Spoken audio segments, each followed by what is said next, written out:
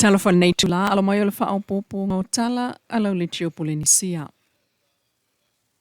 E le whaingo fie le toe whaasanga tau o se tamaita i Talafou, o se awhawhine ai o se pele ilo na ainga i le taimie vala awai i le whaamasino ngai mulinu. O la asanga lava na ma le sulu whaiatu i le tula fono o lo pui pui ai whanau sawaina a Samoa. E pe una langona i le talo sanga al whala putonga le SVSG Samoa Victim Support Group le vai so nei. A o whaatalia i le awhawhine i le taimie whaamasino ino ai lana mata upo whaaltu la fono i le masina fau. Mai wa amata i fo ina mōli mawina i le pulengo le to manga mo e poponga tia. Le mamafo le avenga o tau ave e le awhine lea wata pena mo lana mata upu. Ua wa aia popolenga molo na ainga ai o le toe fesilingia lava e ia o ia lava po o sa o lana whai ungole a whai. Mai o se tasi fo ilea o talo sanga mo lia pea. Al SVSG ai o a apa mai fo ile tunu. E mana tu atu nei whanau i talo sanga mo lia. Talu o le taimi sili le nei o na mawhatia mo le awhawhine. Ai o le talo si ai fo i o le whai o se whaasolonga mi o tono le mta upu. E mawai e ia le file mu. Malangona o le saunga le mu ai o le amana ia i lona sio manga le anga i luma. O le to manga mo e poponga tia po le Samoa Victim Support Group e le o le taimi mua le o ia i tu ainga o mata upu. E iai tama, e iai mātua moni o tau ainga sa o lato whaia sa wanga mātanga i whanau teine. Ua toe whaafale pui pui a lava e a lato lava whanau ina ua whaamao nia mōli mau e le whaamasinonga. Matalo si ai fo ile mta upu tau whaamasinonga le a fine ai o isi whanau o ile Campus of Hope o le SVSG o whaatali tawon manga o lato mta upu whaaltu la fono. Ua toe fo iei nei ia pasi i le whaatali pasi si sifo le whalei ai savalalo talu mai le amatanga o le vaiaso. Ina ua mai anga ruenga toe whaalelea i le pākanga o pasi e pe o le whaalau le lei awa ese maulaina lave sa iai mpoloka sima ai ua whaafaingo fie nei o na muli ta ia e ta avale whaasino ala mo le saunga le mu. Ua o se whaaftaitele lea mai le au whaipi sinisi le maketi ai mai se o whale ainga ina ua toe whaonga ai le tūlanga leo pasi. Talu o le atele ai tangata whewa i matau lia ai alatou o loa. Whaatusa i le tolu whawaya so talu ai sa le ngata ina ngao le maketi ai o le awa noa ai pea o le tele o poloka. Ai o le uti fo i o tupe maua, ona o le ai o ni tangata whewa i atu i le nā taimi. O le so le o amata mōli mawina ai fōlinga ola, ma le mātango fie, ma, o le whaatalipasi sa valalo ma le maketi, ua o se tasi o mafua anga vave tō sina atua iei le tunu whaatau ai o malo ma ai ngā siasi mai fafo. E toe whaamanatu le pāni keke whai vevela, keke pua ama keke moa, vai inu whalanua ai o le supopovi, o le whalai isa la elu, whalai maukeni, whalai ia, moa, ma le whaataua, wa ave i whanau la iti, ile la tau poloka e taa alo ai. O mōli mawina ai foi, le iai o le potu whaapitoa lava, mō le ofisa o leo i le vaenga e lata i le whaatalipasi. Ua whaalauloa mai e le CSL, lana fisosoani e whapaanga ma le APS, le Animal Protection e whaamalo si awai, i le tausinga o mea ola i le tunu.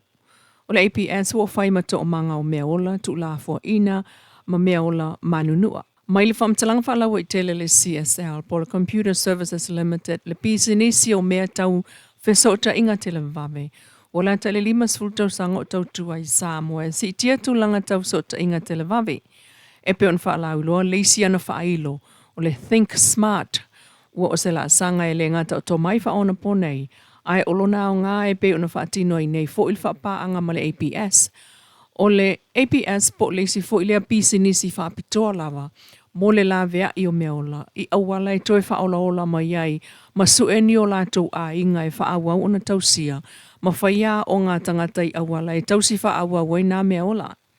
Ai o lautele atu fo ile lātou o onanga, ile atu nu lautele, mo le soifua manuia o tangata i le saonga le mu, mai meola ta aloa, e ala le whaititia ai ma le pepesi o whaamai, ai o le alofa iai. Maangi ai le whapaanga le CSL, po le pisinisi lea, ma le pisinisi le APS e ala i le whaamoemoeina o lana au aunanga, ia vave o na maua sota inga i le taimi e mana o miai.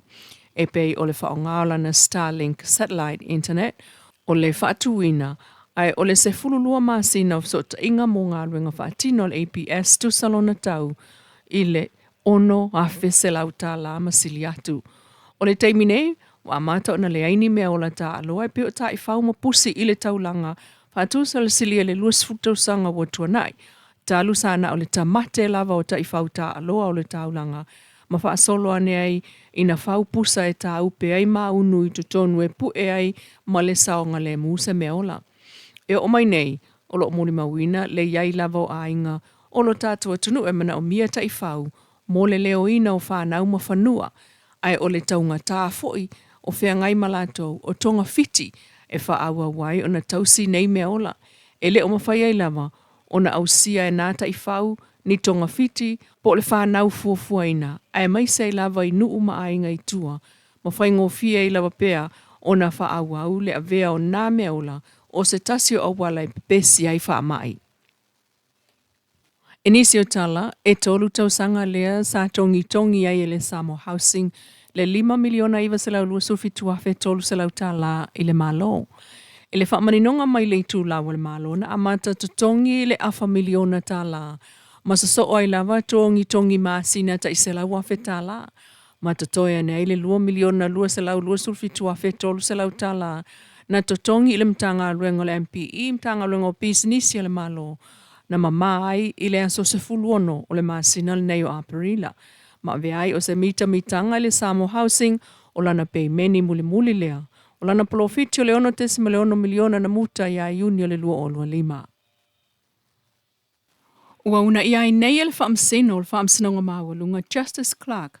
Le matanga ruenga o leo, whale pui, ma le matanga ruenga o whaamsinonga, ma le pulenga o le whaamsinonga, e tangai i le aumaia leo masini e loka i le tapu vae po le electronic monitoring ankle bracelet. Na angiane le la asanga i le whaeunga tustrusia le whiunga le whaamsino Justice Clark. Talu le mta upu whaasanga ia reu pena a siu o savalalo maafenga. Olo omoli aia leo le ali i lona umia o whala au whaasaina o le aisa, malau marijuana o fatu, ma le paipa e tasi. O nā molianga umai o onga e ono o atu sa whaasalanga o le aisa i le solo ato o le whalpuipui. O tua ia le ali i le suenga leo le maketi o i ai savalalo i le aso sfulimo Januari lu o luono. Peita i o tua ia le sola ese ai mulmuliane maua leo mamoli ai. O le whai ungalan tāl sanga e te tala mai tua lena whai ele masina taluai o mati. Ilo nā solua 5 mai sā talia. I lalo tutu unga e whaatalia i le taimi o lona whaamsinonga. Whaato a whai ele masino se te malua balo le tausanga nei. O a inga wata tala i tua e au fia ile nofo i a whenga i lana whaiwhi au masaini ile ofisa o leo i a whenga. Ono aso le vai aso. Aso ngā fua, aso lua, aso lulu o Strophius Freedom-less to nai. Ma ia tau mamao 5 selau mita mai le maketi ai savalalo. Malana pisini sima aua ne i solitu la fono e le taimi le te tala i tua. O le mta upu lea i le whai unga Justice Clark, pe ana whaapea ua whaonga le whaamsinonga le masini electronic monitoring ankle bracelet. Mea manue whaonga talu popo lenga o leo. Whaamawina le teleo i tu aingo mta upu whaapea ua tula i mai. Tala nāl nei tu la manuia tawal mangol nei fo e salua mai lau le Polynesia.